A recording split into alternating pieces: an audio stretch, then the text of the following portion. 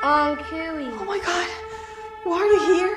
Hello दोस्तों, welcome to another exciting video. तो दोस्तों, इस वीक के फ्रॉम एपिसोड में हम देखते हैं कि कैसे 4 मेन स्टोरी लाइन्स धीरे धीरे अनफोल्ड हो रही है, जो इस शापित और रहस्यमय टाउन के आसपास के मिस्ट्री को और गहरा करती है। जहां विक्टर का जैस्पर के बारे में आंसर ढूंढने का जुनून, फातिमा का अपने हेल्थ के बारे में एक सरप्राइज रिवेलेशन, टबिथा का वुड्स में अजीब स्टिक फिगर्स के साथ कनेक्शन और जेट का बॉटल ट्री का राज सॉल्व करने का डिटर्मिनेशन, ये सब मिलकर एपिसोड को एक नई और कंपाइलिंग डायरेक्शन में ले जाते हैं। और फिर जैसा कि हम जानते हैं कि हर यूजुअल एपिसोड एक और मिस्ट्री के साथ एंड होता है और हमें और भी सवालों में छोड़ जाता है, जो इस टाउन के अजीब और भयंकर घटनाओं के पीछे के सच के बारे में सोचने पर मजबूर करता है। तो चलिए एपिसोड में क्या क्या हुआ आगे देखते हैं।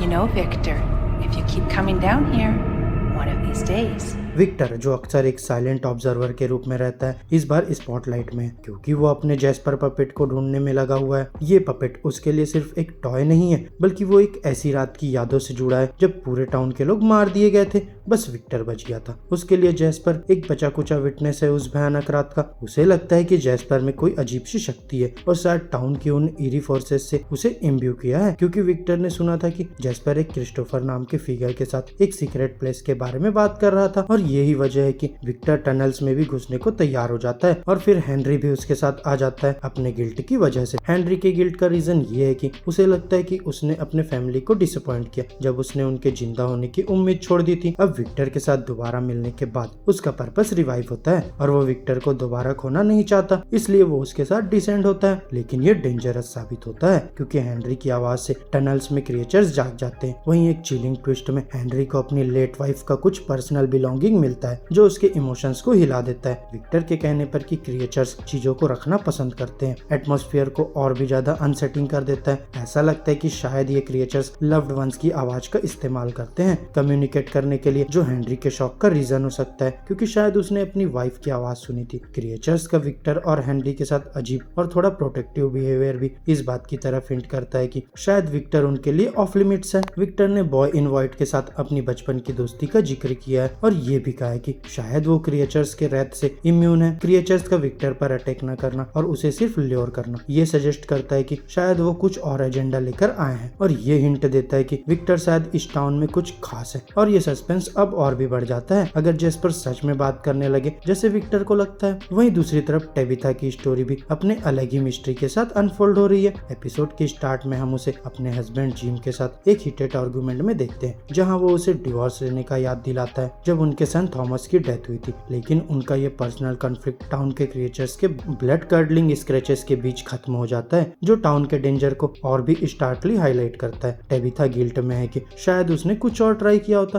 तो कुछ बदल सकता था, और ये गिल्ट उसे जेट के साथ बॉटल ट्री के क्लूज और टाउन के सीक्रेट्स को डिकोड करने में इन्वॉल्व होने पर मजबूर करता है। टबिथा के साथ चीजें और भी स्ट्रेंज हो जाती है जब वो अपने घर में घोस्टली चिल्ड्रन को देखती है जो एनी कहकर चैंट करते हैं। इसके अलावा उसके बच्चों के बिहेवियर भी बदलने लगते हैं। इथन थोड़ा अलग हो रहा है और जूली अपने फादर की तरफ और ज्यादा ग्रेविटेट कर रही है, जिससे टबिथा और भी आइसोलेटेड फील करती है। यहाँ एक और स्ट्रेंज बात ये होती है कि जब टबिथा जेट के डेस्क पर एक स्टिक डॉल के ड्राइंग देखती है, जो उसके बचपन के नाइटमेयर्स में देखे गए सिंबल के जैसे लगता है। अब एक और तरफ फातिमा की स्टोरी आर्क एक शॉकिंग ट्विस्ट लेती है जब एपिसोड कंफर्म करता है कि वो एक्चुअली प्रेग्नेंट नहीं है, जबकि पहले के साइंस सजेस्ट करते थे कि वो है। यहाँ एक अल्ट्रासाउंड रिवील करता है कि बेबी वहाँ नहीं है, और इससे टाउन के इन्फ्लुएंस के कुछ डार्क एस्पेक्ट्स पर फोकस शिफ्ट हो जाता है। कुछ व्यूअर्स पहले स्पेकुलेट कर रहे थे कि शायद उसकी प्रेगनेंसी किसी क्रिएचर से लिंक्ड है, लेकिन एक और ज्यादा सिनिस्टर थ्योरी ये भी है कि शायद वो खुद एक मॉन्स्टर में ट्रांसफॉर्म हो रही है। उसका स्पॉइल्ड फूड के लिए कार्विंग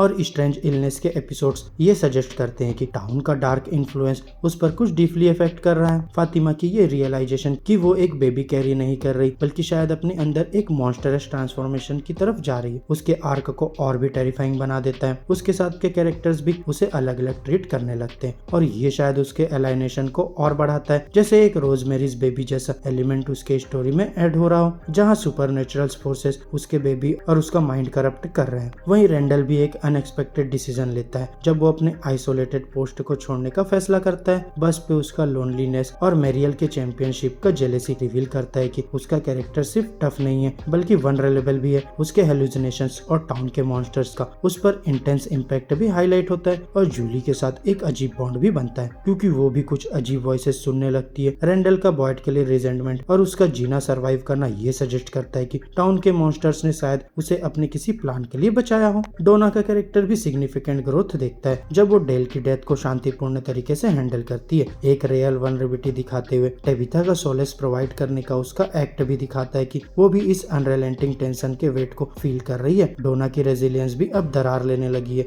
और आने वाले एपिसोड्स में हो सकता है कि वो अपना ब्रेकिंग पॉइंट भी रीच कर ले। ओवरऑल फ्रॉम का ये एपिसोड टाउन के सीक्रेट्स और डार्क मिस्ट्रीज को और ज्यादा गहरा करता है, जहाँ हर कैरेक्टर की अपनी जर्नी उन्हें टाउन के कॉम्प्लेक्स डार्क अंडरबेली में खींच रही है। विक्टर का हॉन्टेड पास्ट और जेस्पर के साथ उसका डीप कनेक्शन टाउन के राज को और इंट्रिगिंग बनाता है। टेबिथा का पास्ट और उसके सुपरनेचुरल सिंबल्स के साथ कनेक्शन भी उसके अराइवल को और सस्पेंसफुल बनाता है और फातिमा का पॉसिबल मॉन्स्टर्स ट्रांसफॉर्मेशन स्टोरी के स्टेक्स को और भी हाई कर देता है। रेंडल का अलाइनेशन और डोना का रेजिलियंस टाउन की हॉरर और सर्वाइवल को और भी इंटेंस बना देते हैं। अब दोस्तों 4 एपिसोड्स अभी बाकी है इस सीजन में और ये शो अभी तक टाउन के मिस्ट्री का सिर्फ सरफेस स्क्रैच कर रहा है। शायद कुछ आंसर्स हमेशा आउट ऑफ रीच रहेंगे और ये पॉसिबिलिटीज और भी क्रीपी है जब टाउन में एक अनसेटिंग क्विटनेस और कैरेक्टर्स के आर्क में क्रिपिंग टेंशन बढ़ रही है जो हम सबको एज पर ले जाएगी। तो दोस्तों मेरी आज की इस वीडियो में बस इतना ही। आपको ये वीडियो कैसी लगी हमें कमेंट बॉक्स में कमेंट करके बता सकते हैं और अगर वीडियो अच्छी लगी हो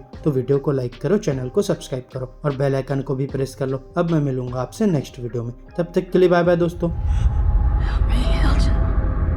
I can say